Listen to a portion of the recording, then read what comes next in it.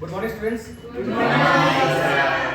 आज हम लोग स्टार्ट करने वाले हैं न्यू चैप्टर रिएक्शन मैकेनिज्म। ठीक है, ऑर्गेनिक के पॉइंट ऑफ व्यू से ये चैप्टर काफी इंपॉर्टेंट हो जाता है। चलो बच्चों हेडिंग मार लो, रिएक्शन मैकेनिज्म। बेसिक तौर पे रिएक्शन मैकेनिज्म में आपको 4 रिएक्शन बारे में पढ़ना पड़ता। ठीक है, इसके अंदर पहले कौन से टॉपिक पढ़ने हैं मेन तौर पे वो मैं आपसे बातें करता। सबसे फर्स्ट आपको पढ़ना होगा बच्चों एडिशन रिएक्शन। सेकेंड आपको पढ़ना पड़ेगा बच्चों सब्स्टिट्यूटिव रिएक्शन। थर्ड बात होगी बच्चों एलिमिनेशन रिएक्शन की, और उसके बाद अपन बात करेंगे सर रीअरेंजमेंट रिएक्शन की।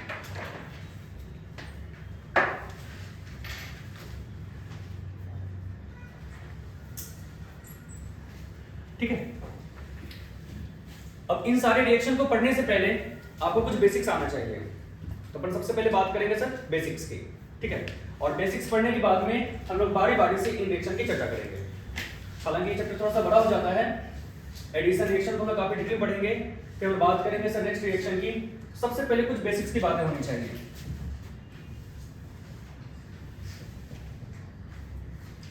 रिएक्शन मैकेनिज्म क्या होता है?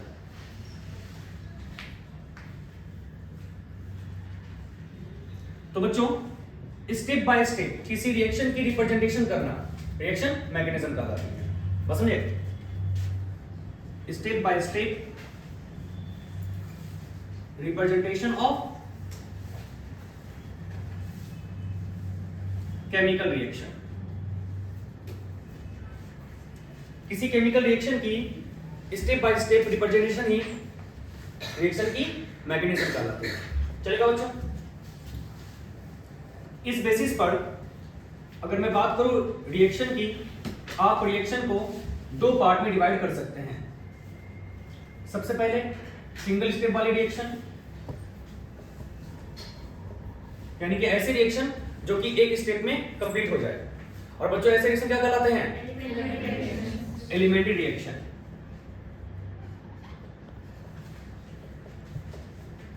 और एक रिएक्शन ऐसा होगा जो कि एक से ज्यादा स्टेप में कंप्लीट होगा। ऐसे स्टेप क्या कहलाते हैं बच्चों? बोलो मुझे। मल्टी स्टेप रिएक्शन, जिसे आप क्या बोलते हैं बच्चों? Complex reaction. ठीक है, तो हम लोग बारी बारी से बात करेंगे। सबसे पहले हम बात करना चाहते हैं सिंगल स्टेप रिएक्शन की।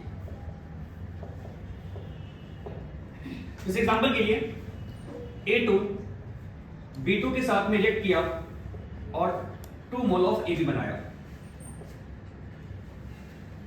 अब ऐसे मॉलिक्यूल्स कैसे काम करते हैं वो मैं आपको समझाता। सबसे पहले ये A2 मॉलिक्यूल है और ये आपका बच्चों B2 मॉलिक्यूल है। अब यहां पे ये आपस में रिएक्ट कैसे करेंगे ये हम लोग समझना चाहते हैं। सबसे पहले क्या होगा, ये A2 में जो A बॉन्ड A है ये तो ब्रेक होना स्टार्ट हो जाएगा, और B2 जो आपका है ये भी आपका ब्रेक होना स्टार्ट हो जाएगा, और A और B के बीच में एक नई बॉन्ड बनती हुई नजर आएगी। और यह स्टेट जो है वो कहलाता है ट्रांजिशन स्टेट, या फिर आप इसे बोल सकते हैं एक्टिवेटेड कॉम्प्लेक्स। कहने का मतलब क्या है, पुरानी बॉन्ड यहाँ पे ब्रेक हो रहा है और न्यू बॉन्ड की यहाँ पे फॉर्मेशन हो रही है। कुछ समय के बाद क्या होगा, ये बॉन्ड आपका ब्रेक हो जाएगा और आपको AB बनता हुआ नजर आएगा। सर कितने मोल बनेंगे यहाँ पे? बोलो 2 मोल बनेंगे ना। ये कहलाती है क्या बच्चों? Single step reaction. अब यहाँ पे एक नया वर्ड आपको देखने को मिला होगा, ट्रांजिशन स्टेट। अब ये ट्रांजिशन स्टेट क्या होता है हम लोग उसकी बातें करते हैं, पहले आप इसको नोट कर लीजिए।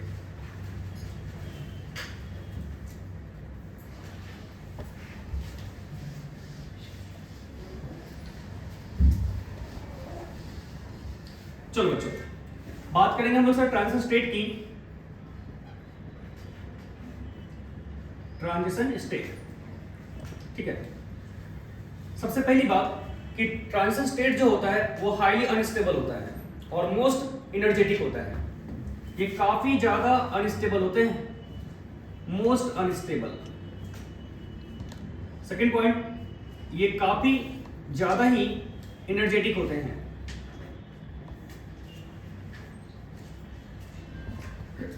इसके बाद अगर मैं बात करूं सर ट्रांजिशन स्टेट की, ये केमिकल बॉन्डिंग के किसी भी रूल को फॉलो नहीं करते,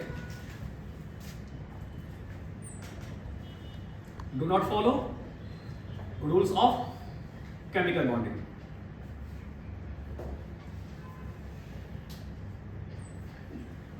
इसके बाद की बात की जाए बच्चों, रिएक्शन मिक्सचर में से आप इसको आइसोलेट नहीं कर सकते,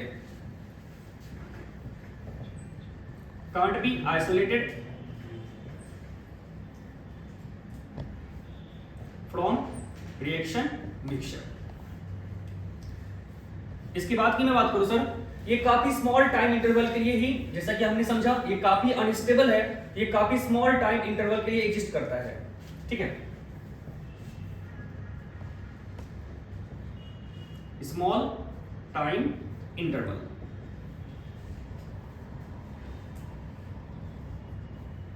चलेगा? कहने का मतलब क्या होता है बच्चों, सिंगल स्टेप की रिएक्शन की मैं बात कर रहा हूं, ऐसा नहीं होता है कि ये जो आपका रिएक्टेंट है,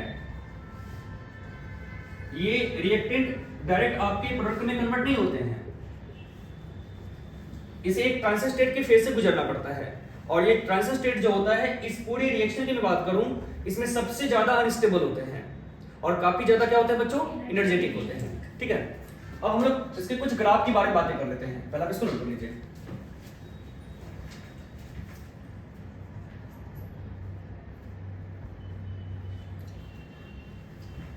चलो बच्चों बात करते हैं आगे, इधर मैं कर दूं।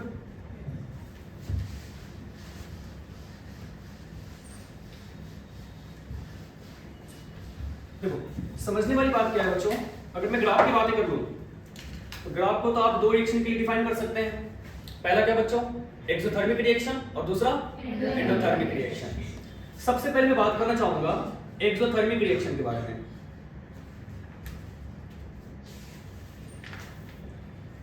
अगर अपन बात करना चाहे बच्चों एक्सोथर्मिक रिएक्शन के लिए, इसमें क्या होती है, डेल्टा एच की वैल्यू बोलो मुझे, नेगेटिव। इसका मतलब क्या, यहाँ पे एनर्जी क्या होगा, रिलीज्ड,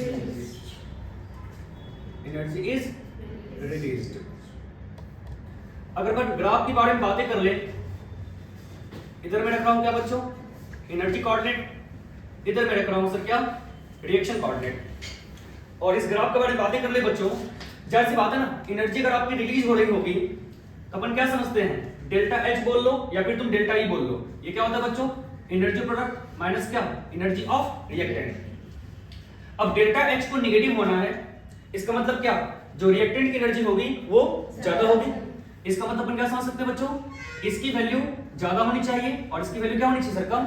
इट मींस रिएक्टेंट की एनर्जी ज्यादा होगी विद रिस्पेक्ट टू प्रोडक्ट की एनर्जी। चलेगा? ये ग्राफ कुछ आपका ऐसा जाएगा, ये तुम्हारा क्या है बच्चों, रिएक्टेंट, और ये क्या है सर, प्रोडक्ट की एनर्जी, और ये जो आपका आता है ये होता है क्या बच्चों, ट्रांजिशन स्टेट। चलेगा? और इसके बीच में जो एनर्जी की गैप है इसे आप क्या बोलते हैं, बिल्कुल एक्टिवेशन एनर्जी। चलेगा? और ये जो गैप आपको दिख रहा है ये क्या होगा बच्चों, डेल्टा एच, और डेल्टा एच इक्वल टू क्या sir, energy of product minus energy of reactant, और ये वैल्यू क्या होगी बच्चों, नेगेटिव। चलेगा? Here E equals to activation। चलो बातें समझ आ रही है, चलो इसको कॉपी कर लो।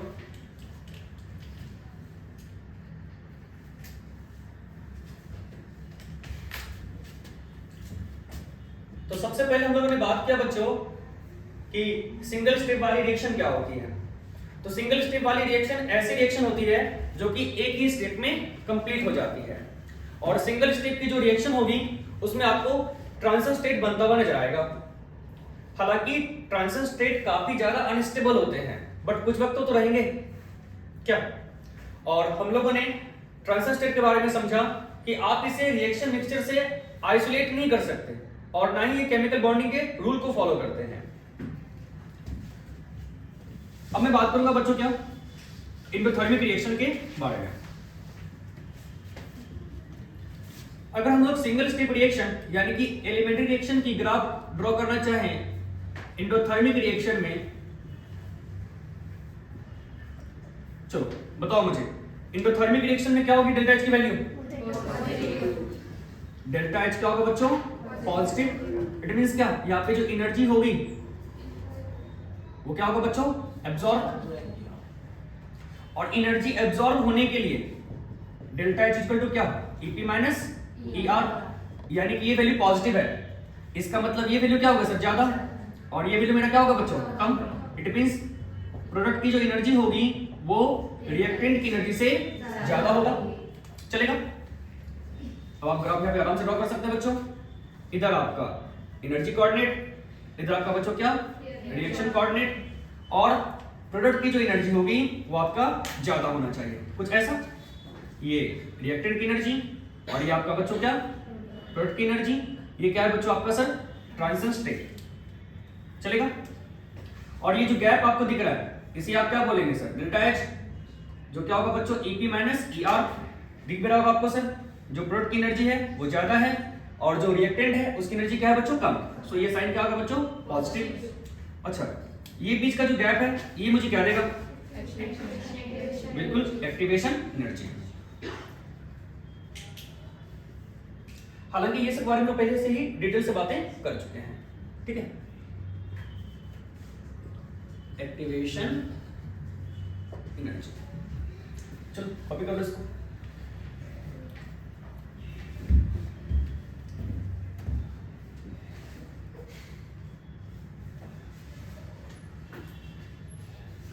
ये कुछ बेसिक बातें थी सिंगल स्टेप रिएक्शन के रिगार्डिंग। अब मैं बात करना चाहूंगा बच्चों क्या, मल्टी स्टेप रिएक्शन के बारे में, यानी कि कॉम्प्लेक्स रिएक्शन के बारे में। यहाँ पे गौर से देखने की बात यह है बच्चों कि सिंगल स्टेप की जो भी रिएक्शन होती है, यानी कि एलिमेंट्री रिएक्शन जो होती है वो तो एक ही स्टेप में कंप्लीट हो जाती है, और यहाँ पे बनता क्या है बच्चों, ट्रांजिशन स्टेप, और वही स्टेप क्या देगा आपको सर, रिएक्शन की रेट। लेकिन जो मल्टी स्टेप की रिएक्शन होगी वो तो एक से ज्यादा स्टेप में होंगे, तो उस रिएक्शन की रेट कौन सा स्टेप देगा, जो स्टेप आपका क्या होगा बच्चों, स्लो होगा, ठीक है। चलो इसको मैं कर दूं।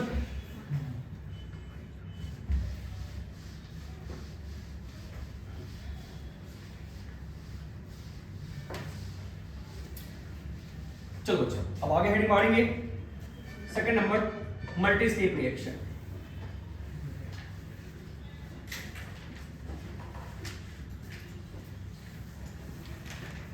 इट मींस क्या, कॉम्प्लेक्स रिएक्शन। अपन कॉम्प्लेक्स रिएक्शन बारे में बातें करना चाहते हैं। अब ऐसे रिएक्शन जो कि एक से ज्यादा स्टेप में हो, इसमें भी मैं वही एग्जांपल ले रहा हूं, A2 + B2 gives 2AB। समझने की बात यहां पे क्या होगी, सबसे पहले स्टेप में क्या हो रहा है, जो आपका A2 है ये ब्रेक हो गया, किसमें बच्चों, A रेडिकल और B रेडिकल। अच्छा भी हम लोग A रेडिकल B रेडिकल नहीं समझे गए, समझते थोड़ी देर में। अच्छा जीओसी में तो हम लोगों ने पढ़ा है ना फ्री रेडिकल, तो आप ये समझ रहे हैं, लेकिन ये समझने वाली बात क्या है कि ये बॉन्ड कैसे आपका रेडिकल ब्रेक हो गया। अभी मैं थोड़ी देर बात करता बॉन्ड के बेस में, ठीक है। पहले आप ये समझे सर कि ये ऐसे ब्रेक आपका हुआ है। स्टेप 2 में क्या ले सकते हैं सर, ये जो A रेडिकल है, यहां पर भी A रेडिकल होगा, ये आपके B बॉन्ड B से अटैक किया, और यहां पे आपके बन रहे हैं क्या बच्चों, AB प्लस क्या, B रेडिकल। और थर्ड स्टेप में जो आपका बचा हुआ एक A रेडिकल है, ये इस B रेडिकल के साथ में रिएक्ट करके बना रहा है क्या, A बॉन्ड B, और इस तरीके से आपको AB के 2 मोल मिल जा रहे हैं। अब सोचने वाली बात यहां पे क्या है, जो आपके पास रिएक्टेंट है वो क्या क्या हमारे पास है, ये A2 और क्या बच्चों, B2। A2 और B2 जो है वो आपका रिएक्टेंट है, और जो आपका प्रोडक्ट है वो क्या है बच्चों, बताइए मुझे, AB। ये जो आपको दिख रहा है ये क्या है बच्चों, आपका सर प्रोडक्ट AB। इसके तो मुझे 2 मोल मिल गए। जो बीच में बचा हुआ है वो आपका क्या कहलाएगा बच्चों, इंटरमीडिएट। यहां पर एक नई वर्ड आती है सर, इंटरमीडिएट। हालांकि जीओसी में तो हम लोगों ने इंटरमीडिएट के बारे में समझ रखा है, उसके स्टेबिलिटी के बारे में हम लोगों ने समझ रखा है, ठीक है। जो हमारे पास बन रहे हैं इंटरमीडिएट वो क्या क्या हो सकते हैं बच्चों, A रेडिकल और क्या, B रेडिकल। समझते हैं, A रेडिकल और क्या बच्चों, B रेडिकल, ये आपके हैं इंटरमीडिएट। समझने वाली बात क्या है, रिएक्शन स्टार्ट हुई थी A2 से, और ये B2 से आपने रिएक्ट किया और AB बन के खत्म हो गया। जो भी A2 B2 या AB के अलावा आपको दिख रहे होंगे वो रिएक्शन स्टार्ट होने के बाद तो बने हैं, लेकिन रिएक्शन कंप्लीट होने से पहले वो खत्म हो गए ना। जैसे कि A रेडिकल और B रेडिकल, ये A रेडिकल और B रेडिकल जो है ये रिएक्शन कंप्लीट होने से पहले खत्म हो गए। यानी कि जो इंटरमीडिएट होता है वो ऐसे पार्टिकल्स होते हैं जो कि ये भी आपका अनस्टेबल है, बट ये ट्रांजिशन स्टेट के रिस्पेक्ट में क्या होता है बच्चों, थोड़ा सा ज्यादा स्टेबल होता है। तो ऐसे पार्टिकल्स जो कि रिएक्शन स्टार्ट होने के बाद बने लेकिन कंप्लीट होने से पहले, रिएक्शन के कंप्लीट होने से पहले वो पूरी तरीके से डिस्ट्रॉयड हो जाए, और ऐसे पार्टिकल क्या कहलाते हैं बच्चों, इंटरमीडिएट। पहले आप इसको कॉपी करिए, फिर अपन बात करते हैं रिएक्शन इंटरमीडिएट के बारे में। चलो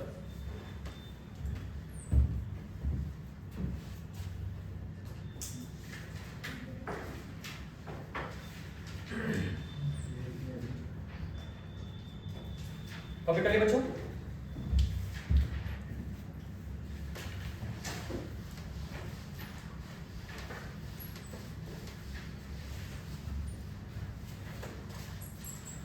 अब मैं बात कर रहा हूं इंटरमीडिएट के बारे में।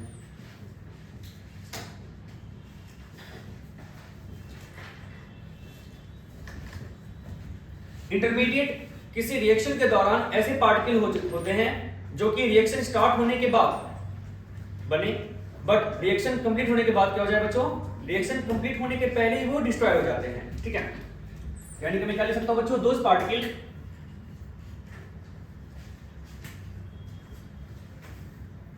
which are formed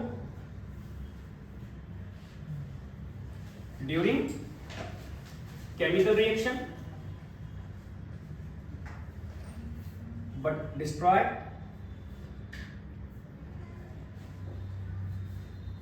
before completion of reaction। चलेगा बच्चों, और इंटरमीडिएट के बारे में हम लोग पहले भी समझ रहे हैं। जो आपके इंटरमीडिएट के टाइप्स की मैं बातें कर लूं, इंटरमीडिएट के हम लोगों ने 6 टाइप को देखा था। क्या बच्चों, जैसे एग्जांपल के लिए बोलो बच्चों, कार्बोकेटायन, कार्बो एनायन, उसके बाद क्या होगा बच्चों, फ्री रेडिकल, उसके बाद क्या होगा बच्चों, कार्बीन, और क्या होगा, नाइट्रीन, और एक क्या होता है सर, बेंजाइन। इन सबों के स्टेबिलिटी के रिगार्डिंग तो हम लोगों ने जीओसी में बातें कर रखी हैं। ठीक है, लेकिन इससे कुछ प्रॉपर्टीज वगैरह की बातें करते हैं हम लोग हैं। पहला इसको नोट कर लीजिए, इरेज करो sir.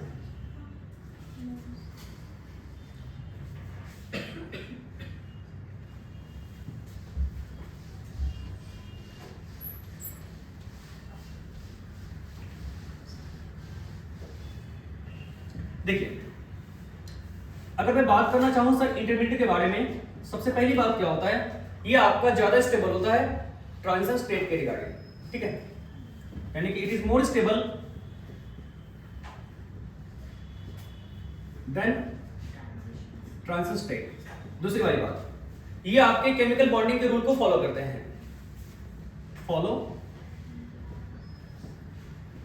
Rules of chemical bonding. चलेगा।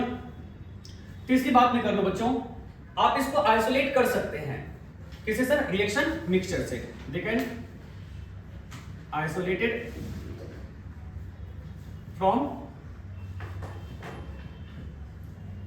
Reaction mixture. चलेगा बच्चों, और इसकी जो एनर्जी होती है वो ट्रांजिशन स्टेट से थोड़ी सी कम होती है, less energetic than transition state. चलेगा बच्चों, चलिए इसको नोट कर लीजिए आप लोग।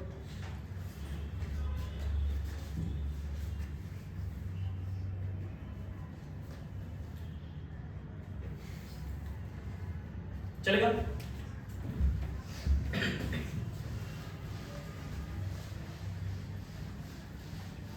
तो अभी हम लोगों ने समझा बच्चों कि जो सिंगल स्टेट की रिएक्शन होती है उसमें आपको ट्रांजिशन स्टेट देखने का मौका मिलता है, और अगर मैं बात करूं सर मल्टी स्टेप की रिएक्शन की, उसमें आपको इंटरमीडिएट देखने का मौका मिलता है। ठीक है, तो ये अभी हम लोग बातें समझ रहे थे रिएक्शन के कुछ टाइप वगैरह की, सिंगल स्टेप की रिएक्शन और आपका मल्टी स्टेप की रिएक्शन। फिर हम लोगों ने सिंगल स्टेप रिएक्शन में ग्राफ को भी देखा। अभी हम लोग बात करते हैं मल्टी स्टेप रिएक्शन की ग्राफ के बारे में। ठीक है बच्चों, यहाँ पर भी कितने ग्राफ बन सकते हैं?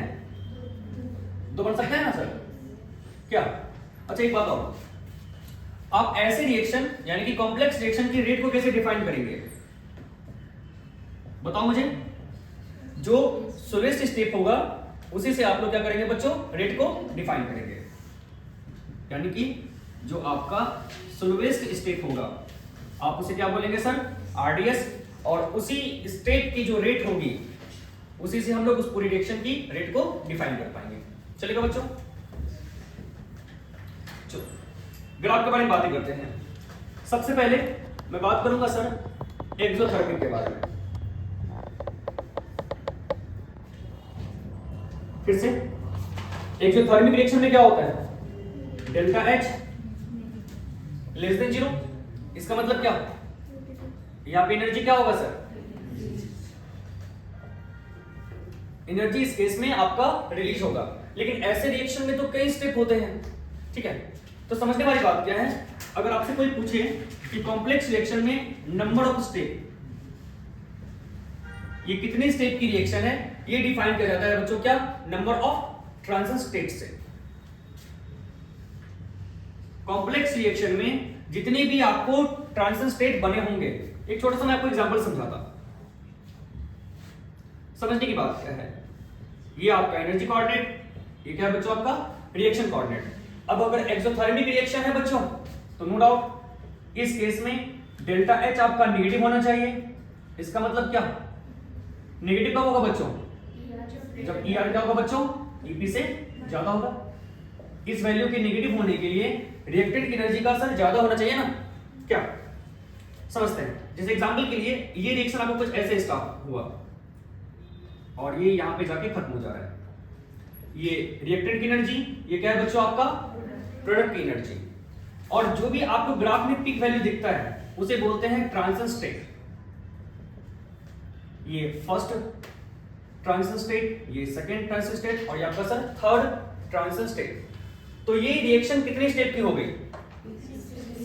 जितने भी आपको ट्रांजिशन स्टेट देखने को मिलेगा उसमें उतने क्या होते हैं बच्चों? स्टेप हो जाते हैं। अच्छा ये अगर मैं बात करूं सर कि ट्रांजिशन स्टेट क्या होता है, ग्राफ की पीक वैल्यू, जो ग्राफ की पीक वैल्यू होती है उसे से डिफाइन क्या करते हैं बच्चों? Transition state. चलेगा? यहां पे कितने बने होंगे सर इंटरमीडिएट? ये आपका फर्स्ट इंटरमीडिएट, ये आपका सर क्या? Second intermediate. बच्चों समझ सकते हैं? एक स्टेप, 2 स्टेप और ये क्या होगा बच्चों? ये 3 स्टेप। एक स्टेप होगा ना रिएक्टेंट से कहां तक? इंटरमीडिएट 1 तक। दूसरा क्या होगा बच्चों? इंटरमीडिएट 1 से इंटरमीडिएट 2 तक। तीसरा क्या होगा बच्चों? इंटरमीडिएट 2 से प्रोडक्ट तक। तो नो डाउट यहां पर 3 ट्रांजिशन स्टेट है। सो यहां पे जो स्टेप होगी, नंबर ऑफ स्टेप रिएक्शन की, वो कितना होगा बच्चों? 3। चलेगा?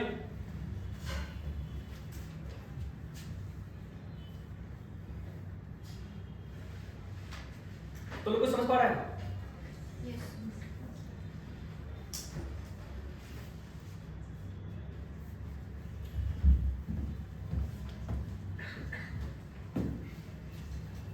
चलो मैनेज कर दो।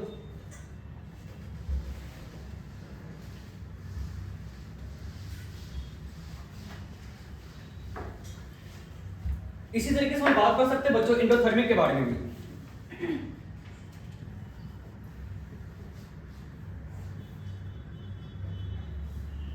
अगर आप एंडोथर्मिक रिएक्शन के बारे में बातें करना चाहेंगे, इस केस में क्या होता है सर? एनर्जी आपकी बोलो, एनर्जी क्या होगी बच्चों? एब्सॉर्ब होगी। इसका मतलब डेल्टा एच यहाँ पे क्या होना चाहिए बच्चों? पॉजिटिव होना चाहिए। पॉजिटिव कब होगा बताओ मुझे? इस वैल्यू के पॉजिटिव होने के लिए जो ईपी की वैल्यू होनी चाहिए वो ज्यादा होनी चाहिए। तो आप यहाँ पे एक ग्राफ तो ड्रॉ कर सकते हैं क्या बच्चों? ये आपका एनर्जी कोऑर्डिनेट और ये आपका सर क्या? Reaction coordinate. चलेगा? कुछ ऐसे ग्राफ की बातें कर सकते हैं हम लोग हैं। ये प्रोडक्ट और इसको मैं थोड़ा सा और नीचे लेता हूं। ये क्या है बच्चों आपका रिएक्टेंट। अब मुझे बताओ ये कितने स्टेप की रिएक्शन होगी? ये फर्स्ट ट्रांजिशन स्टेट, ये सेकंड, ये थर्ड, ये फोर्थ। फर्स्ट, सेकंड, थर्ड और क्या होगा बच्चों? फोर्थ। यानी कि यहाँ पे 4 ट्रांजिशन स्टेट बना है, इसका मतलब ये 4 स्टेप की रिएक्शन होगी। जिस स्टेप की मतलब जो सबसे स्लोएस्ट स्टेप होगा वो उस रिएक्शन की आरडीएस कहलाएगी और उसी स्टेप की हेल्प से हम लोग उस रिएक्शन की रेट निकाल पाएंगे। ठीक है बच्चों, अभी करो।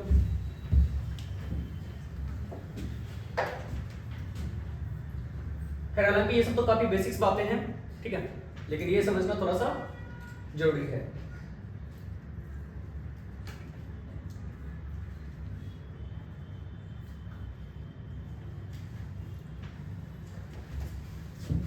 चलो अब बच्चों मैं बात करूंगा अटैकिंग पार्टिकल्स की।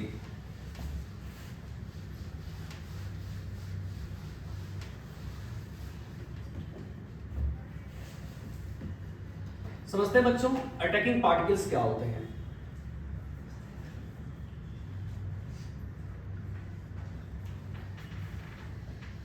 ठीक है, इलेक्ट्रोफाइल, न्यूक्लियोफाइल नाम सुने हैं आप लोग? चलो समझते हैं बच्चों अटैकिंग पार्टिकल्स क्या होते हैं। दीज पार्टिकल्स क्या करते हैं बच्चों? इनिशिएट करते हैं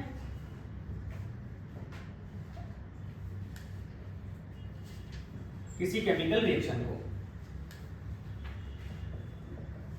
यानी कि केमिकल रिएक्शन को स्टार्ट करने वाले जो पार्टिकल्स होते हैं उसे आप लोग क्या बोलते हैं बच्चों?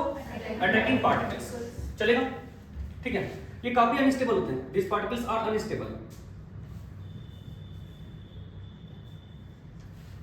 लेकिन कुछ वक्त के लिए तो बनते ही हैं और उनकी स्टेबिलिटी के थ्रू ही हम लोग सर रिएक्शन की रेट को या फिर प्रोडक्ट की स्टेबिलिटी को समझ पाते हैं। तब तो हम लोगों ने पढ़ा ना कार्बोकेटाइन, कार्बोनाइन फ्री रेडिकल वगैरह, ये सब जो बनते हैं इंटरमीडिएट, मैं मानता हूं कि ये सब अनस्टेबल पार्टिकल होते हैं, लेकिन कुछ वक्त के लिए तो बनते ही हैं सर, और उसके दौरान ही हम लोग उसकी स्टेबिलिटी को मेजर कर पाते हैं और इसकी स्टेबिलिटी की मदद से हम लोग किसी भी रिएक्शन की जो प्रोडक्ट होते हैं उनकी स्टेबिलिटी बारे में बातें कर पाते हैं। ठीक है, चलो बच्चों आगे बात करते हैं। सबसे पहले मैं बात करूंगा इलेक्ट्रोफाइल की। ठीक है, अगर मैं बात करना चाहूंगा इलेक्ट्रोफाइल की, समझने वाली बात है, किसी एटम पे प्लस चार्ज है मान लीजिए, ठीक है, एग्जांपल के लिए Cl+। आप मुझे एक बात बताइए, एग्जांपल के लिए आपने कोई एटम ले रखा है क्लोरीन, इसके पास कितने होते हैं इलेक्ट्रॉन? 70। अगर मैं इसमें डाल दूं एक पॉजिटिव चार्ज, अब कितना हो जाएगा इसके पास इलेक्ट्रॉन? 16 हो जाएगा ना सर? क्या यानी किसी एटम पे अगर प्लस चार्ज हो जाती है तो वो क्या हो जाता है बच्चों? इलेक्ट्रॉन से पुअर।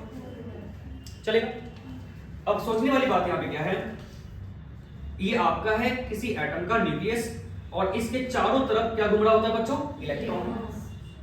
चलेगा, और आपने ऐसे सब्सटेंस को लाके रखा इसके पास में जिसपे कि पॉजिटिव चार्ज अवेलेबल था। अब अपोजिट चार्ज क्या होता है बच्चों? और सेम चार्ज क्या होता है? बताओ मुझे, ये A+ जो है ये इलेक्ट्रॉन को क्या करेगा? अपनी तरफ क्या करेगा बच्चों? अट्रैक्ट करेगा। ये इसके पास जाना चाहेगा। पास जाना मतलब क्या? लव करना। तो इसका मतलब क्या? ऐसे सब्सटेंस क्या होंगे? इलेक्ट्रॉन से लविंग स्पीशीज होंगे। चलेगा, आप इस चीज को ऐसे भी ले सकते हैं, यानी कि इस A+ में बात कर लूं, इसको इलेक्ट्रॉन के प्रति जो है वो क्या है बच्चों? फीलिंग है। थोड़ी सी फनी है, ठीक है। चलो, इलेक्ट्रॉन का N और फीलिंग का आप क्या करिए सर? आप ING हटा दें यहां से, ठीक है, और जो आपके पास बच रहा है उसको आप मिला दें। यहाँ पे क्या बच गया हमारे पास में? इलेक्ट्रोफाइल। बस समझ पा रहे हैं? इसका मतलब क्या? ऐसे सब्सटेंस क्या होते हैं सर? इलेक्ट्रॉन लवर्स होते हैं। Electron lovers. चलेगा, लेकिन एक बात और सोचने वाली बात है बच्चों, अब ये पॉजिटिव चार्ज जो है ये इस पॉजिटिव चार्ज से क्या होगा बच्चों? रिपेल होगा ना, इसे तो दूर जाना चाहेगा ना। दूर जाना मतलब क्या? हिट करना। इसे हम लोग क्या लिख सकते हैं बच्चों? न्यूक्लियस। ये मैं न्यूक्लियस लिख रहा हूं, ठीक है। ऐसे सब्सटेंस क्या होते हैं बच्चों? Nucleus haters. चलिए चलिए, अब ऐसी बात नहीं है कि किसी सब्सटेंस में पॉजिटिव चार्ज होगा तभी वो इलेक्ट्रोफाइल हो सकता है। ओवरऑल कहने का मतलब क्या है? ऐसे सब्सटेंस इलेक्ट्रॉन से डिफिशिएंट होते हैं, इसके ऑर्बिट क्या होते हैं बच्चों? इनकम्प्लीट होते हैं। मैं बातें करता हूं बारी बारी से।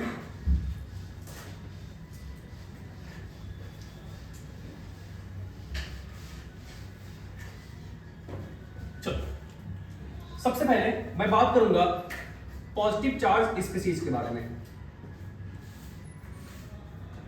पॉजिटिवली चार्ज्ड पार्टिकल्स के बारे में। हाँ, इसकी ऑक्टेट जो होनी चाहिए वो इनकम्प्लीट होनी चाहिए। इसका मतलब ऐसे मॉलिक्यूल्स इलेक्ट्रॉन से क्या होते हैं बच्चों? डिफिशिएंट होते हैं, ठीक है। चलेगा, एग्जाम्पल के लिए H plus, Cl plus, CH3 plus वगैरह वगैरह, ठीक है। और भी कई सारे पार्टिकल्स हो सकते हैं। एग्जाम्पल के लिए आप चाहे तो और भी लिख सकते हैं, और C+O plus, NO2 plus, etc, ठीक है।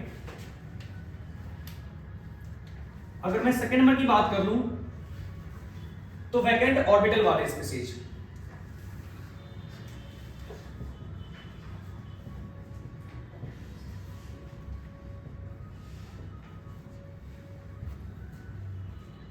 अब ऐसे स्पीशीज जो होते हैं वो होते हैं तो न्यूट्रल, बट इसकी भी जो ऑक्टेट होती है वो इनकम्प्लीट होती है। और इसका मतलब क्या हम समझ सकते हैं सर? ये भी क्या होते हैं? इलेक्ट्रॉन से डिफिशिएंट होते हैं। चलेगा, इस एग्जांपल के लिए अब बात कर सकते हैं AlCl3 के बारे में। देखिए इसके पास वैकेंट p ऑर्बिटल है, आप अच्छा रहेगा आप वैकेंट p ऑर्बिटल लिख दीजिए। और भी बात कर सकता हूं बच्चों AlBr3 के बारे में, बोलो बच्चों, या नहीं तो BF3 के बारे में, या नहीं तो BH3 के बारे में। ये सब के सब जो है इनके भी ऑक्टेट कंप्लीट नहीं है, सो ये इलेक्ट्रॉन लवर्स होंगे, ठीक है। और मैं थर्ड एग्जांपल की बातें करता हूं। और भी ऐसे स्पीशीज हो सकते हैं बच्चों, जैसे एग्जांपल के लिए वैकेंट d ऑर्बिटल,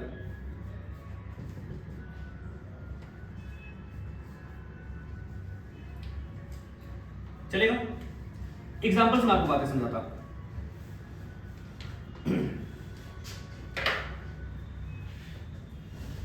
एग्जांपल के लिए ZnCl2, इसमें जिंक की जो d ऑर्बिटल होगी वो क्या होगी बच्चों? वैकेंट होगी।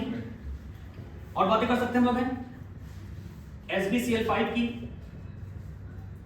FeCl3 की, इन सबों में वैकेंट d ऑर्बिटल अवेलेबल है, सो ये इलेक्ट्रॉन्स लवर होंगे, इलेक्ट्रॉन को एक्सेप्ट करना चाहेंगे, ठीक है। इसलिए क्या होंगे बच्चों? इलेक्ट्रोफाइल की कैटेगरीज में आएंगे। एक और हो सकता है, इधर भी डिस्कस हो गया, समझना होगा। नंबर 4 अपन बात करना चाहते हैं बच्चों, कुछ रेजोनेटिंग स्ट्रक्चर भी होते हैं जो कि इलेक्ट्रोफाइल के जैसा बिहेव करते हैं। जैसे एग्जांपल के लिए मैं बात करना चाहूंगा सर SO3 के बारे में।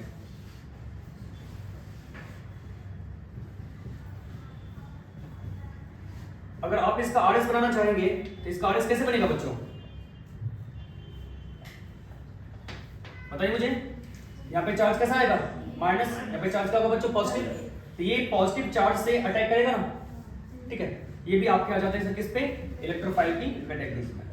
दूसरा आप CO2 के बारे में बातें कर सकते हैं। जैसे एग्जांपल के लिए C डबल बॉन्ड O, ये अगर आप इसका RS बनाना चाहेंगे कैसे बना सकते हैं बच्चों? O डबल बॉन्ड C, आप इस बॉन्ड को ब्रेक कर दीजिए, यहाँ पे चार्ज क्या होगा बच्चों? पॉजिटिव, यहाँ पे चार्ज क्या होगा? नेगेटिव। तो ऐसे पार्टिकल्स भी अटैक करते हैं, तो ये अटैकिंग पार्टिकल्स कैटेगरी में आते हैं। और चूंकि ये इलेक्ट्रॉन डिफिशिएंट स्पीशीज कैटेगरी में आते हैं, सो इसे हम लोग क्या बोलते हैं बच्चों? इलेक्ट्रोफाइल। चलो अब हमारे पास इतने सारे इलेक्ट्रोफाइल के टाइप्स आ गए, सबसे अच्छा इलेक्ट्रोफाइल कौन सा होगा, ठीक ना, जो सबसे ज्यादा इलेक्ट्रॉन से क्या हो सर, डिफिशिएंट होनी चाहिए, ठीक है। जो सबसे ज्यादा इलेक्ट्रॉन से पुअर होगा वो उतना ज्यादा इलेक्ट्रॉन को पाना चाहेगा, तो उतना अच्छा क्या होगा बच्चों, इलेक्ट्रोफाइल होगा। तो आप इसको इस तरीके से समझ सकते हैं, जो पॉजिटिवली चार्ज पार्टिकल्स होते हैं वो सबसे अच्छे इलेक्ट्रोफाइल कहलाते हैं, इसमें इलेक्ट्रॉन की भूख सबसे ज्यादा होती है। आप इलेक्ट्रॉन को मतलब क्या समझिए बच्चों, पैसा समझ लीजिए, आप इसे डाकू वाली कैटेगरी में रख सकते हैं सर, ठीक है, और इसको आप चोर की कैटेगरी में रख सकते हैं, बात समझे, आप इसको भिखारी कैटेगरी में रखिए और आप इसको दान पात्र, दान पेटी समझते हैं ना आप लोग, ठीक है, दान पेटी। तो सबसे ज्यादा पैसे की भूख किसको है, डाकू, इसके बाद क्या है बच्चों, चोर, फिर भिखारी, फिर क्या होगा बच्चों आपका दान पेटी। ये थे एग्जांपल्स कुछ इलेक्ट्रोफाइल वगैरह के।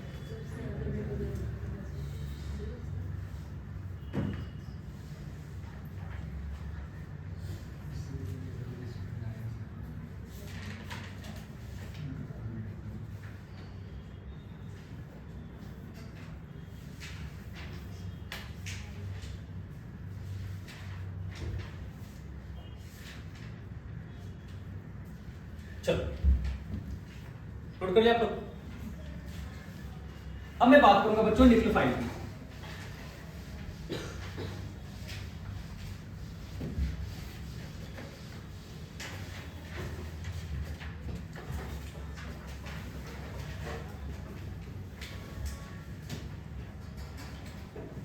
अगर आप न्यूक्लियोफाइल को समझना चाहते हैं बच्चों, ऐसे समझिए आप, अगर मैं किसी एटम पे माइनस चार्ज डाल दूं, एग्जांपल के लिए क्लोरीन, क्लोरीन के पास कितने इलेक्ट्रॉन बच्चों 70, और एक माइनस चार्ज आने के बाद एक इलेक्ट्रॉन का ऐड हो गया ना, मतलब क्या, एक इलेक्ट्रॉन से बढ़ गया वो, ये क्या हो गया बच्चों, इलेक्ट्रॉन से रिच। अब आप क्या करिए सर, किसी न्यूट्रल एटम के बारे में सोचे, ये न्यूक्लियस पे क्या होगा, चार्ज पॉजिटिव, और इसके चारों तरफ क्या होगा बच्चों, इलेक्ट्रॉन घूम रहा होगा, ठीक है। आपने किसी एटम को, ऐसे एटम को लाके रखा जिसपे कि माइनस चार्ज अवेलेबल है, ये क्या करेगा सर, ये माइनस चार्ज इस पॉजिटिव चार्ज को अपनी तरफ खींचेगा, पास आना मतलब फिर से क्या बच्चों, लव करना, और ये किसके प्रति फीलिंग दिखा रहा है, न्यूक्लियस, यानी कि ये क्या है बच्चों, न्यूक्लियस लवर्स हैं, ठीक है, ये क्या है बच्चों, न्यूक्लियस लवर्स हैं, मैं ऐसे लिखता हूं न्यूक्लियस को, ठीक है।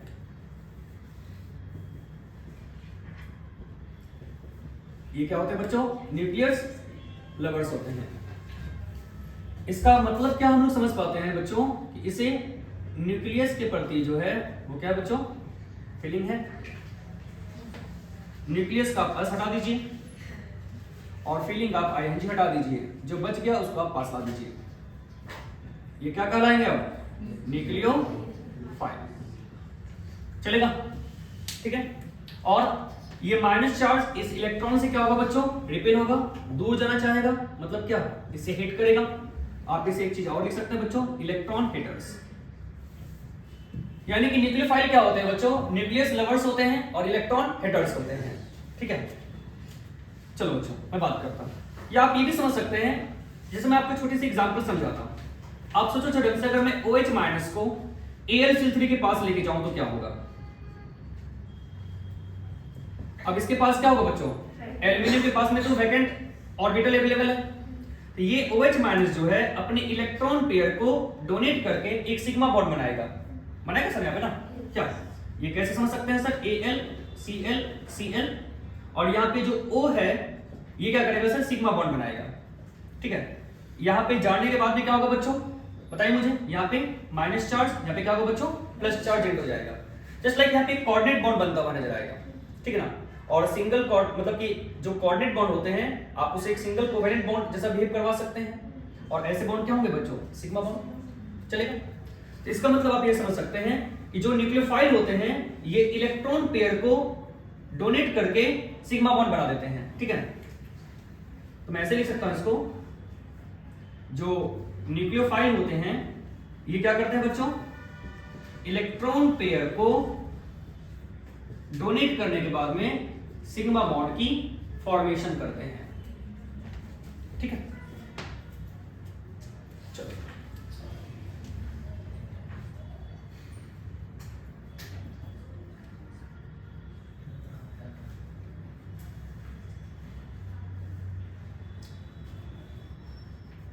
तुम लोग को समझ आ रहा है? बातें समझ आ रही है?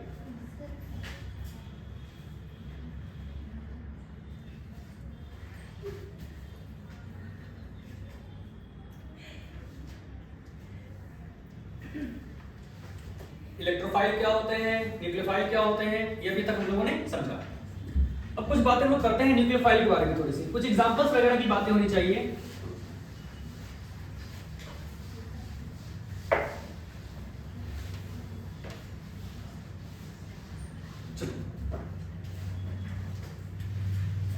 अब न्यूक्लियोफाइल के एग्जांपल की मैं बातें करता हूं। सबसे पहला बच्चों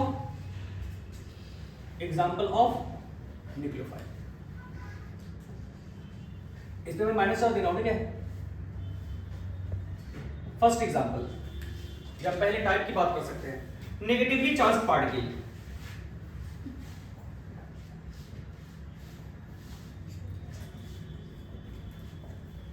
ऐसे स्पीशीज जिनपे की नेगेटिव चार्ज होनी चाहिए। बहुत सारे एग्जांपल की बातें कर सकते हैं बच्चों, बताए कुछ एग्जांपल जिनमें की नेगेटिव चार्ज होना चाहिए। Cl minus, Br minus, I minus, CH3 minus, OH minus, और बोलो बच्चों CH3 माइनस, SH माइनस, और बताइए Cn माइनस वगैरह वगैरह। जो भी नेगेटिवली चार्ज स्पीशीज होंगे उनके पास क्या होंगे बच्चों, लोन पेयर तो होंगे ही होंगे। और भी बात कर सकता हूं सर, O CH3 माइनस चाहे OPH माइनस। आप बात कर सकते हैं बच्चों SR माइनस के बारे में। क्या ऐसे स्पीशीज न्यूक्लियोफाइल की कैटेगरी में आते हैं, ठीक है। दूसरा मैं बात करता हूं बच्चों न्यूट्रल स्पीशीज, बट अपने पास में उसके पास लोन पेयर होना चाहिए। जैसे एग्जांपल के लिए H2O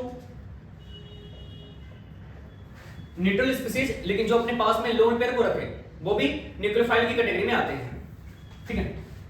और बातें कर सकते हैं आप सर एल्कोहल भी, क्या बच्चों, और भी बातें कर सकता हूं सर।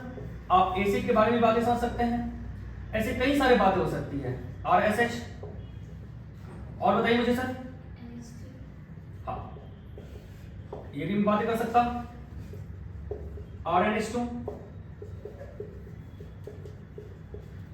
ये सब जो होंगे न्यूट्रल स्पीशीज है और लोन पेयर को पास में रख रहे हैं, सो ये न्यूक्लियोफाइल की कैटेगरी में आएंगे, ठीक है।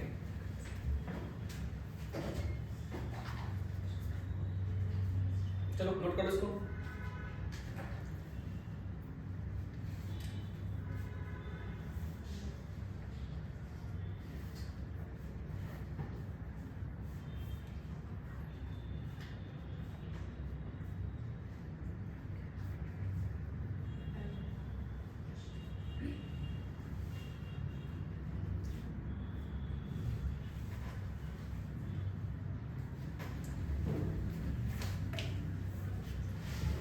इधर मेरे इसको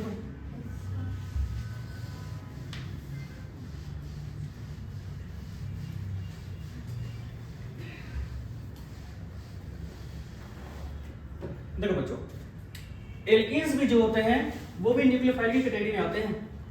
जैसे CH3 CH double bond CH2, और आपने यहाँ पे क्या रखा है बच्चों H+।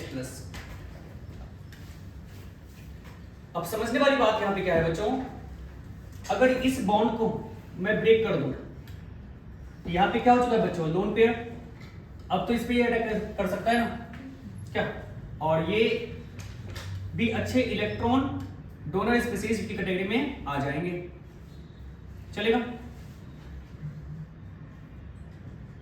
कहने का मतलब क्या है बच्चों, ये आपका है इलेक्ट्रोफाइल और ये क्या है बच्चों आपका सर न्यूक्लियोफाइल। तो एल्कीन भी न्यूक्लियोफाइल के जैसा बिहेव करते हैं, ठीक है। ऐसे कई तरह की रिएक्शन हो सकती है और उस रिएक्शन के बारे में बातें हम लोग बाद में करेंगे, ठीक है। पहले भी हम लोग कुछ समझना चाहिए बॉन्ड क्लीवेज के बारे में। चलो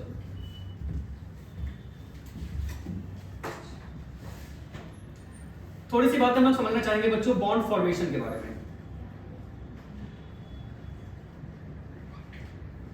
हालांकि केमिकल बॉन्डिंग में तो आपने बॉन्ड फॉर्मेशन के बारे में समझा ही है। बॉन्ड की जो फॉर्मेशन होती है वो दो तरीके से बनती है।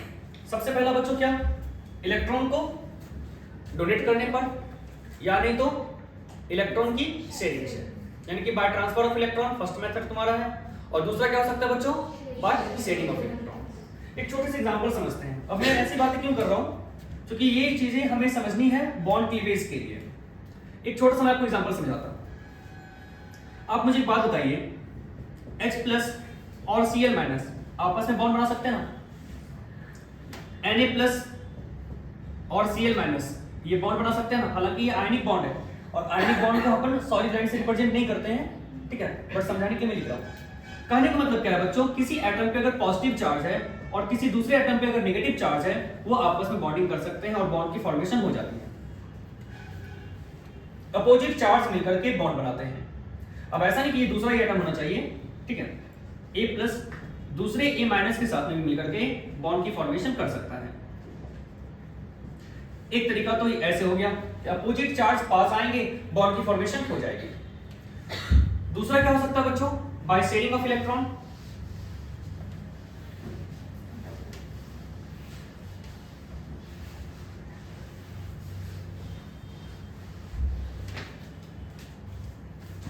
आपके पास फर्स्ट मेथड तो ये हो गया। सेकंड मेथड क्या हो सकता है बच्चों, जैसे एग्जांपल के लिए एक क्लोरीन एटम दूसरी क्लोरीन एटम के साथ में इलेक्ट्रॉन की शेयरिंग करके बॉन्ड की फॉर्मेशन कर लेता है। इसका मतलब ये समझ सकते हैं हम लोग हैं कि दो रेडिकल वाले स्पीशीज जो होंगे वो आपस में कंबाइन होकर के बॉन्ड बनाते हैं। जैसे एग्जांपल के लिए H रेडिकल और Br रेडिकल आपस में मिलकर के बॉन्ड बनाएंगे। तो बॉन्ड की फॉर्मेशन दो तरीके से हुई, एक अपोजिट चार्ज के मिलने से और दूसरा क्या होगा बच्चों, रेडिकल के मिलने से। क्या आपको मेरी बातें समझ में आ रही बच्चों? यानी कि बॉन्ड की फॉर्मेशन जो हो रही है, एक बार A+ B- मिलकर के बना रहा है बच्चों क्या, A bond B, first method. Second क्या हो सकता है बच्चों कि A रेडिकल जो तुम्हारा है ये B रेडिकल के साथ कंबाइन करके A बॉन्ड B बना रहा है। अगर बॉन्ड की फॉर्मेशन दो तरीके से हो रही है, यानी कि अपोजिट चार्ज के मिलने से और रेडिकल के मिलने से, तो जो बॉन्ड ब्रेक होगा सर, उसके भी चांस तो दो कैटेगरी में बंटने की हो सकती ना। अगर A+ B- A bond B बना रहा है और A रेडिकल B रेडिकल मिलकर A बॉन्ड B बना रहा है सर, जब आप A बॉन्ड B को ब्रेक करेंगे तो चांस बनता है ना कि ये टूट जाए A+ B- में, या फिर A- B+ में, यानी कि चार्ज स्पीशीज में, यानी तो मैं क्या बोल सकता हूं इसको सर, रेडिकल स्पीशीज में ये टूट सकता है। यानी कि बॉन्ड की क्लीवेज दो तरीके से हो सकती है, एक बार आयंस में बॉन्ड ब्रेक कर जाए या नहीं तो रेडिकल में बॉन्ड ब्रेक कर जाए। अच्छा, समझने वाली बात क्या है बच्चों, A+ B- मिलकर के बॉन्ड बन रहा है, बस समझ रहे हो सर, और रेडिकल मिलकर के आपस में बॉन्ड बना रहे हैं। लेकिन एक आयंस और एक रेडिकल आपस में कभी भी बॉन्ड की फॉर्मेशन नहीं करते। समझने वाली बात क्या है बच्चों, A+ और B रेडिकल आपस में कभी भी सर बॉन्ड की फॉर्मेशन नहीं करेंगे। ऐसा क्यों? क्योंकि एक बॉन्ड को बनने के लिए दो इलेक्ट्रॉन की रिक्वायरमेंट होती है। अब A+ के पास वैकेंट ऑर्बिटल है, B- के पास एक इलेक्ट्रॉन पेयर है, मतलब कि दो इलेक्ट्रॉन है। जब आपस में दोनों मिलेंगे सर, दो इलेक्ट्रॉन आएंगे यहाँ पे ना, तो जाके बॉन्ड बन जा रहा है।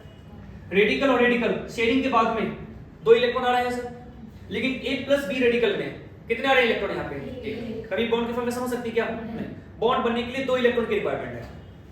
दूसरी बात आप और भी समझ सकते हैं, जैसे एग्जांपल के लिए A- और B रेडिकल भी आपस में कभी भी बॉन्डिंग नहीं कर सकते। ऐसा क्यों? क्योंकि यहाँ पे तीन इलेक्ट्रॉन आ गए और एक बॉन्ड को बनने के लिए दो इलेक्ट्रॉन चाहिए। अब A- के पास दो इलेक्ट्रॉन है और B रेडिकल के पास कितने बच्चों हैं, एक इलेक्ट्रॉन, तो नहीं हो सकता ना। अब दो इलेक्ट्रॉन ही चाहिए आपको बॉन्ड बनाने के लिए, तो B के पास रेडिकल नहीं, B के पास में कोई वैकेंट ऑर्बिटल चाहिए। बस समझ पा रहे हैं सर? यानी कि आयंस मिलकर के बॉन्ड बनाते हैं या रेडिकल मिलकर के बॉन्ड बनाते हैं सर। एक आयंस और एक रेडिकल आपस में कभी बॉन्डिंग नहीं करते। ठीक है, चलो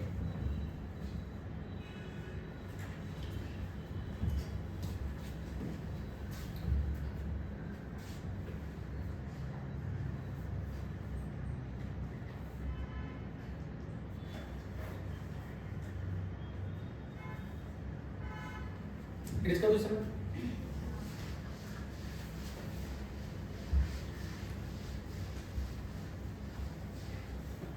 चलो बच्चों मैं बात करूंगा सर बॉन्ड क्लीवेज की।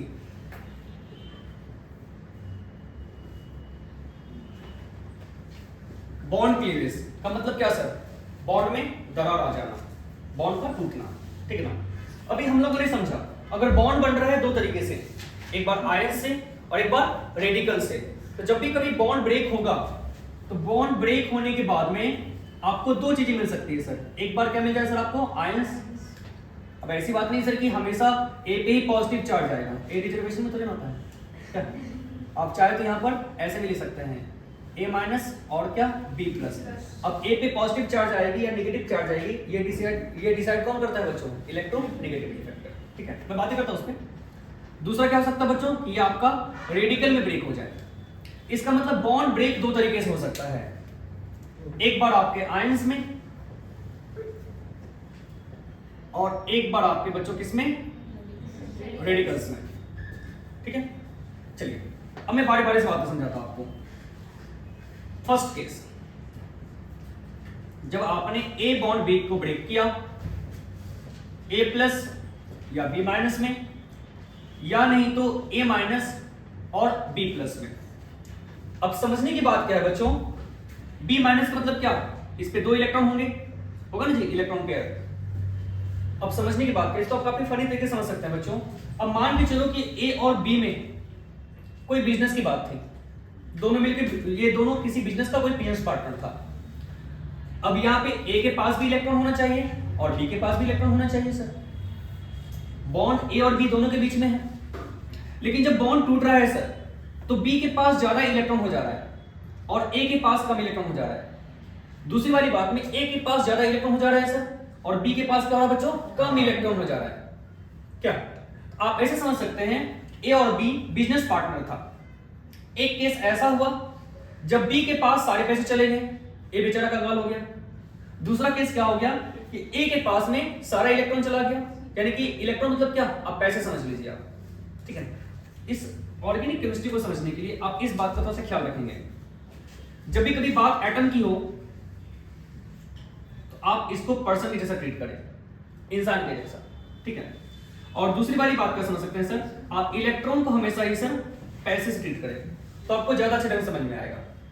बस समझे, पूरी लाइफ में इंसान क्या करता है सर, हाई पैसा करता रहता है, सिर्फ पैसे की बात करता है ना, बस समझे ना। उसी तरीके से ऑर्गेनिक केमिस्ट्री में एटम जो होता है वो सिर्फ इलेक्ट्रॉन की बात करता रहता है। पूरी ऑर्गेनिक केमिस्ट्री में एटम इलेक्ट्रॉन इलेक्ट्रॉन इलेक्ट्रॉन चलाता रहेगा, बस समझ गए सर। तो आप इलेक्ट्रॉन को पैसे के जैसा समझे और एटम को आप इंसान के जैसा समझे तो आपको ज्यादा अच्छे समझ में आएगा। अब आप ये समझिए सर ढंग से, इस बॉन्ड में दो इलेक्ट्रॉन था, पहले केस में दोनों इलेक्ट्रॉन बी के पास चला गया, दूसरे केस में दोनों इलेक्ट्रॉन ए के पास चला गया। तो भाई दोनों के केस में जब बिजनेस की बंटवारा हो रही है, संपत्ति का बंटवारा हो रहा है, ए और बी दो बिजनेस पार्टनर है और बिजनेस अलग होने के बाद में किसी एक के पास में ज्यादा पैसे चले जा रहे हैं, बस समझे। तो आप इसको इस तरीके से समझ सकते हैं, क्या आपको नहीं लग रहा सर कि इस पूरे केस में चीटिंग हो रही है, किसकी सर, चीटिंग ऑफ इलेक्ट्रॉन। पहले केस में बी चीट करके जा रहा है, दूसरे वाले केस में ए इलेक्ट्रॉन की चीटिंग कर जा रहा है। यानी कि ऐसे बॉन्ड क्लीवेज में किसी एक के पास में इलेक्ट्रॉन ज्यादा हो जा रहा है और किसी दूसरे के पास में इलेक्ट्रॉन कम हो जा रहा है। यानी कि जो इस केस में जो इलेक्ट्रॉन की जो ट्रांसफर है, अगर मैं बात करूं सर ट्रांसफर ऑफ इलेक्ट्रॉन की, ये कैसा हो रहा है बच्चों, अनइक्वल। तो बॉन्ड क्लीवेज का मतलब ही क्या होता है बच्चों, इलेक्ट्रॉन की ट्रांसफर होना। तो ऐसे बॉन्ड क्लीवेज क्या कहलाते हैं बच्चों, जिसमें कि अनइक्वल इलेक्ट्रॉन का ट्रांसफर हो, इसे हम लोग क्या बोलते हैं, अनइक्वल के लिए मैं क्या यूज कर सकता हूं बच्चों, हेटेरोलाइटिक। और ट्रांसफर ऑफ इलेक्ट्रॉन के लिए मैं क्या बात करूंगा बच्चों, बॉन्ड क्लीवेज। ऐसे बॉन्ड क्लीवेज क्या कहलाते हैं बच्चों, हेटेरोलाइटिक बॉन्ड क्लीवेज। तो बॉन्ड क्लीवेज का फर्स्ट टाइप क्या होता है बच्चों, हेटेरोलाइटिक बॉन्ड क्लीवेज, इसमें कि इलेक्ट्रॉन का अनइक्वल ट्रांसफर होना चाहिए। बात समझ में आ रहा है सर, यानी कि आयंस में ब्रेक होना चाहिए। जब बॉन्ड आपका आयंस में ब्रेक होगा तब ऐसे बॉन्ड क्लीवेज क्या कहलाते हैं सर, हेटेरोलाइटिक बॉन्ड क्लीवेज, ठीक है। दूसरा केस ये भी हो सकता है,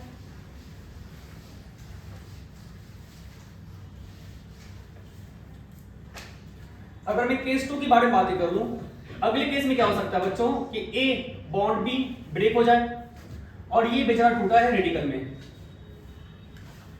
अब सोचिए सर, ए और बी बिजनेस पार्टनर था और दोनों ने बराबर पैसे आपस में बांट लिए। यहां पर दो इलेक्ट्रॉन था और अब क्या हुआ बच्चों, ए के पास एक इलेक्ट्रॉन और बी के पास क्या हुआ बच्चों, एक इलेक्ट्रॉन। तो यहां पर जो इलेक्ट्रॉन का जो ट्रांसफर हुआ है इस पूरे केस में, अगर मैं बात करूं सर ट्रांसफर ऑफ इलेक्ट्रॉन के बारे में, ये कैसा हुआ है बच्चों? इक्वल हुआ है ना?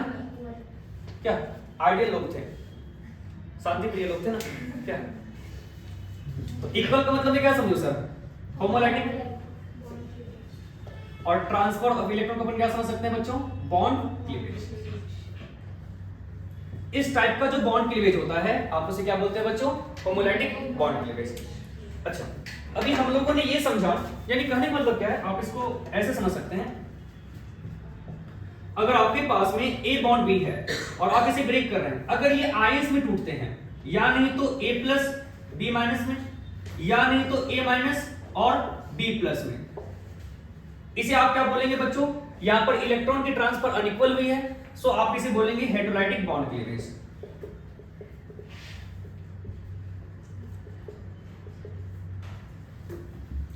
दूसरे केस में क्या हो रहा है? दूसरे केस में ये बॉन्ड जो है ये ब्रेक हो जा रहा है रेडिकल्स में, ए रेडिकल और बी रेडिकल में, यानी कि यहां पे जो इलेक्ट्रॉन की ट्रांसफर हुई है वो इक्वल ट्रांसफर हुई है।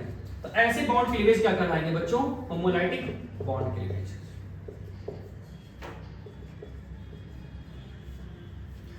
अभी तक हम लोगों ने समझा बच्चों कि होमोलैटिक बॉन्ड क्लीवेज क्या होता है और हेटेरोलाइटिक बॉन्ड क्लीवेज क्या होता है। अब समझने की बात यह है कि किस केस में बॉन्ड आपका होमोलैटिक टूटेगा या किस केस में आपका जो बॉन्ड क्लीवेज है वो हेटेरोलाइटिक होगा। ये कैसे समझते हैं, हम बारी बारी से बातें करते हैं, ठीक है? फिर आप इसको नोट कर लें।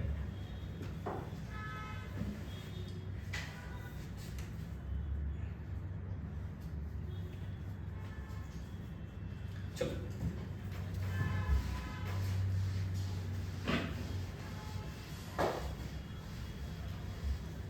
सबसे पहले मैं बात करूंगा हेटेरोलाइटिक बॉन्ड क्लीवेज के बारे में।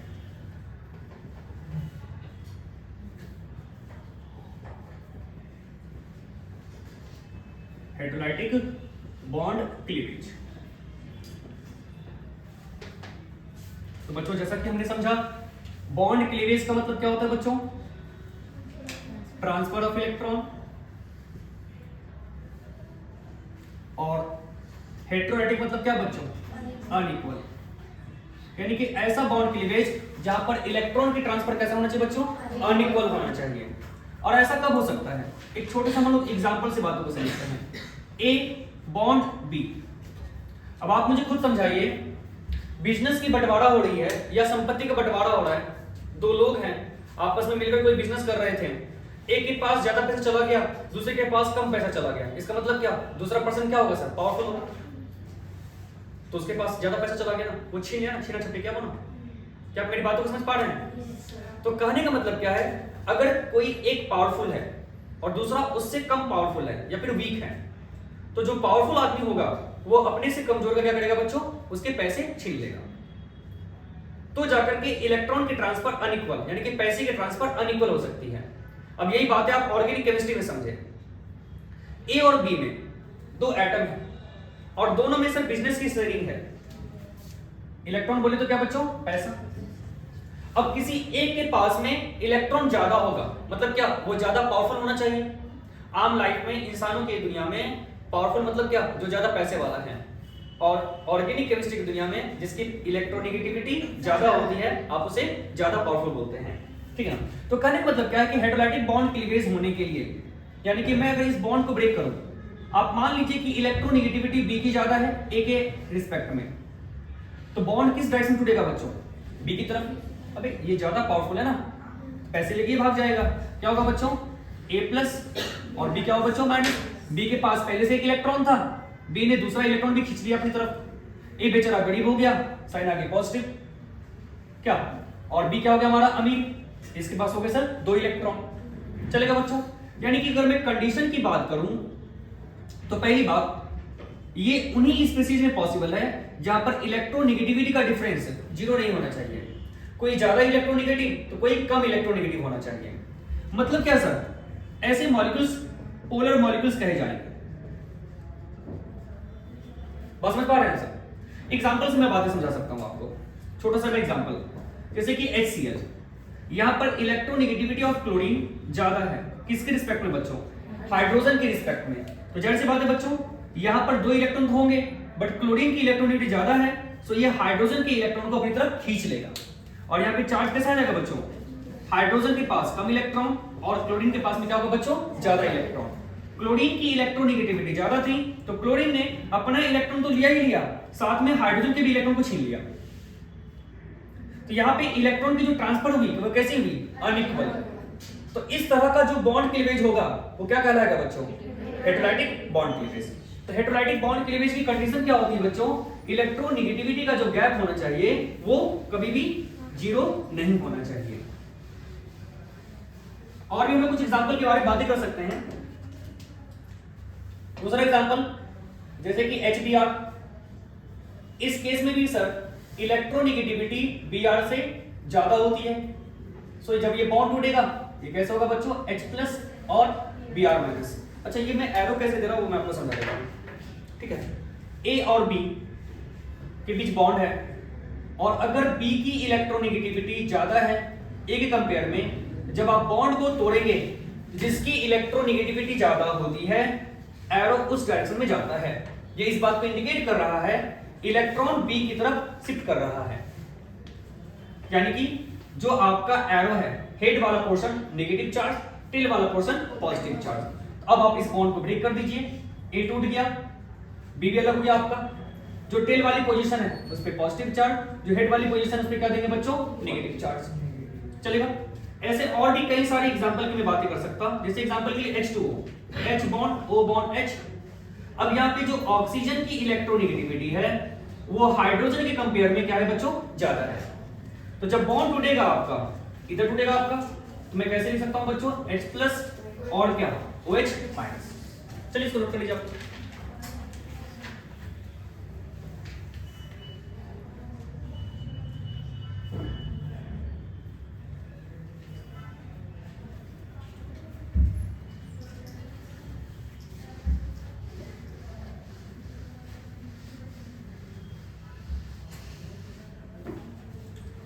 चलो बच्चों, ऐसे ही कुछ बातें हम लोग यहां पर भी कर सकते हैं।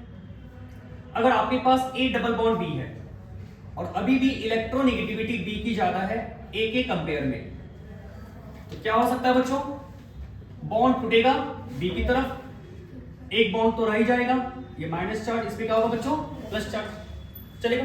इस एग्जांपल के लिए अगर आपके पास C डबल बॉन्ड O है तो इलेक्ट्रोनेगेटिविटी O की ज्यादा है, किसके रिस्पेक्ट में बच्चों, C के रिस्पेक्ट में। तो बॉन्ड कैसे टूटेगा आपका सर, इधर की तरफ C सिंगल बॉन्ड O, इधर माइनस, इधर क्या होगा बच्चों, पॉजिटिव चार्ज। चलेगा। ऐसे कई सारे एग्जांपल हम लोग और बातें कर सकते हैं। एक छोटा सा हम लोग चाहे इस पे क्वेश्चन बना सकते हैं। इस एग्जांपल के लिए ये आपने एसीटोन ले रखा है और आपने इसकी रिएक्शन करवा दी है H2O के साथ में। हालांकि अभी ये सब चीजें रिएक्शन का पार्ट हो जाता है, अभी हम लोग इसकी बातें नहीं करते। चलता अभी छोटा सा और एग्जांपल समझिए, A ट्रिपल बॉन्ड B। अगर इस बार A की इलेक्ट्रोनेगेटिविटी ज्यादा है B के कंपेयर में, तो ऐसा नहीं है आप एक ही बॉन्ड को ब्रेक करें। जैसे मान के चलो अभी A और B में 2 बिजनेस है, मान के चलो एक पानी का है और एक कपड़े का है। पानी वाले में चीटिंग हुई है तो पानी वाला बिजनेस ब्रेक होगा ना, कि इस गम में बेचारा कपड़े वाला बिजनेस ब्रेक कर देगा। ऐसा तो नहीं होता है ना सर, बात समझे। अगर A की इलेक्ट्रोनेगेटिविटी ज्यादा है सर, तो बॉन्ड कैसे ब्रेक होगा बच्चों, A डबल बॉन्ड B, इस पे माइनस पे क्या होगा बच्चों, प्लस। यानी कि समझने वाली बात क्या है, ट्रिपल बॉन्ड पहले टूटेगा डबल बॉन्ड में, और भी हमारे पास अटैकिंग पार्टिकल्स होंगे तो डबल बॉन्ड किस में टूट जाएगा बच्चों, सिंगल बॉन्ड में। ऐसा नहीं है कि ट्रिपल बॉन्ड डायरेक्ट टूट जाएगा सर सिंगल बॉन्ड में, उसको तोड़ने के लिए अटैकिंग पार्टिकल चाहिए, ऐसे बॉन्ड ब्रेक नहीं होता है। बस समझ रहे हैं। ये बच्चों बातें थी हेटेरोलाइटिक बॉन्ड क्लीवेज के बारे में।